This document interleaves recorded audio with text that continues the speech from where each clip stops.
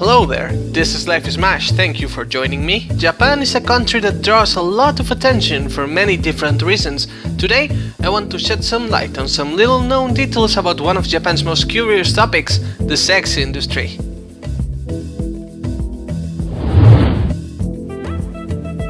There's not a huge social stigma around it. Working in the sex industry is regarded as a way to make a lot of money really fast.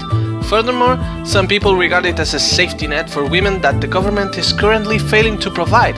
Single moms can apply to work at agencies that offer great perks like daycare for kids as well as housing. These are in such high demand, many times they have more staff hired than available rooms. Otherwise, a college-age girl can step into the sex industry or fusokuten just to earn some quick cash. Schedules are flexible, allowing part-timers to work as little as 3 hours to 4 or 1 day a week, and demand is very high. Customers aren't regarded poorly either. No matter what service the man is making use of, it's simply seen as a need that should be taken care of, no different than getting a haircut, whether it's just for the sex or some intimacy.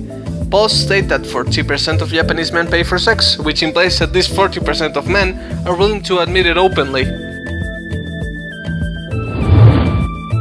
Prostitution was and still is treated as something of an art. In medieval Japan, prostitutes were entertainers, singers, poets, writers, and very much lusted after by men, not just for their profession or attractive, but their overall charm. One particular incident saw a foreign prostitute claiming they were treated unfairly in a ship called the Maria Luz. Japanese officers indeed saw the women were treated like slaves. While Japanese prostitutes lived in much better conditions, some influential men of the time actually acknowledged that it was a gilded cage situation.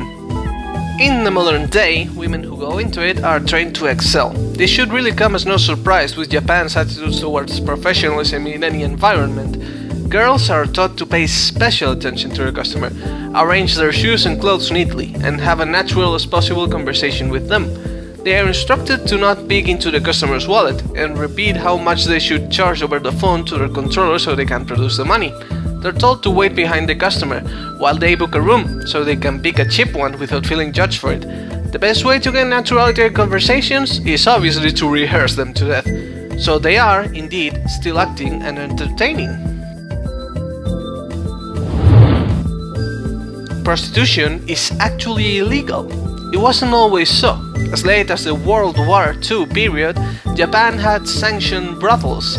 As late as 1896, girls in impoverished families were being sold to work in them in fine Confucian tradition, allowing the filial daughter to sacrifice for the sake of her family.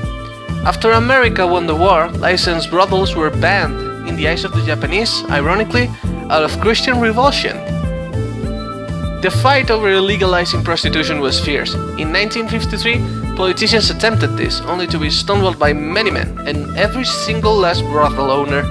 This new setup had turned prostitutes from slaves into businesswomen, and they themselves pushed the hardest against this legislation. Some claimed they would be dead if not for the sex industry.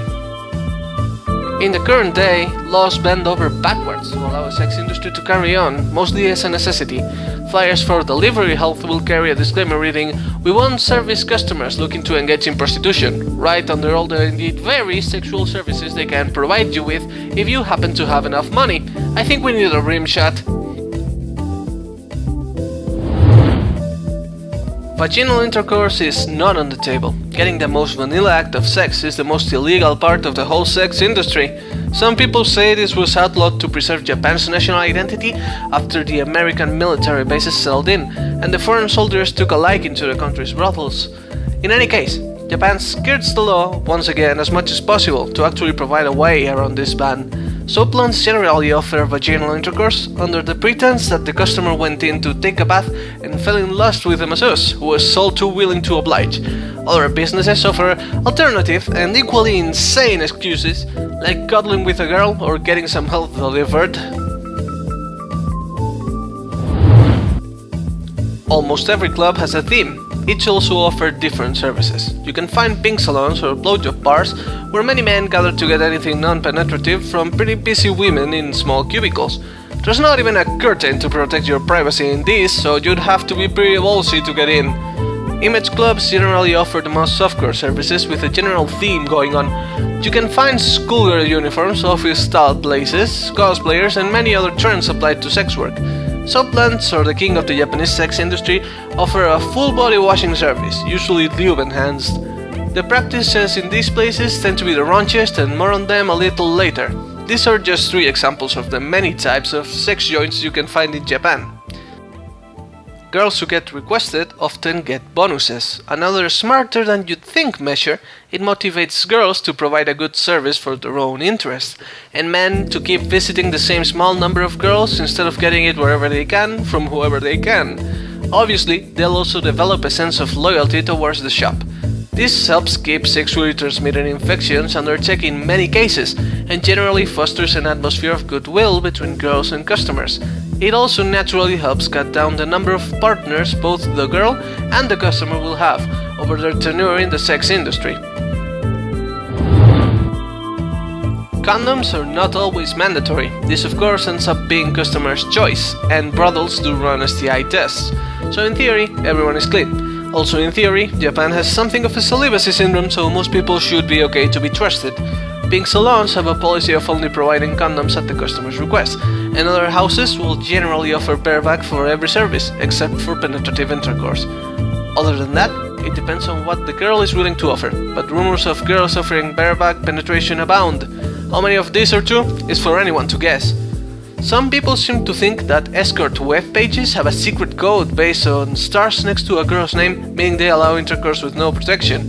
The Japanese youth tend to think in general that condoms are just to prevent unwanted pregnancies, so barebacking and out of brothels is generally accepted and expected. If you're looking to visit Tokyo and get naughty, you might want to really think if you're feeling lucky. The risk is probably not worth the thrill. Foreigners are not welcome. Japan's xenophobia is well known outside, and this applies to adult entertainment as well. Japan has a belief that foreigners might spread STIs, especially the worst ones. Most brothels will turn you out at the door, but some do accept foreigners. The catch? At a significant markup, of course. For everyone else, you better hope you look Japanese and speak flawless Japanese. Girls had to get creative about how to satisfy a customer. Due mostly to the outlawing of vaginal intercourse, girls are taught stuff like washing a guy on a mat, using their body, otherwise known as the famous neuromassages. Sumata, or bare crotch, is also popular, and it essentially comes down to a sometimes looped up dry hump. The techniques only get wilder from there, with such inventions as the frog kick, a foot job given with the girl on the customer's back, wrapping her legs around him. Most places offer this type of services instead of illegal and naughty normal sex. Necessity is the mother of invention indeed. All in all, it's no wonder Japan has cultivated a worldwide reputation as kinky and original in regards to sex. What most people didn't guess is where it actually came from, and now you know. Hey, thank you very much for watching the video. I'd like to praise your attention span if you stayed this long. If you've enjoyed it, how about subscribing? I've got more content like this lined up. I'm also doing giveaways at subscriber milestones. Just share your thoughts in the comments to participate. And if you've learned something, how about throwing a like my way? Once again, thank you for your time. This is Life is Mash, and I'll see you around.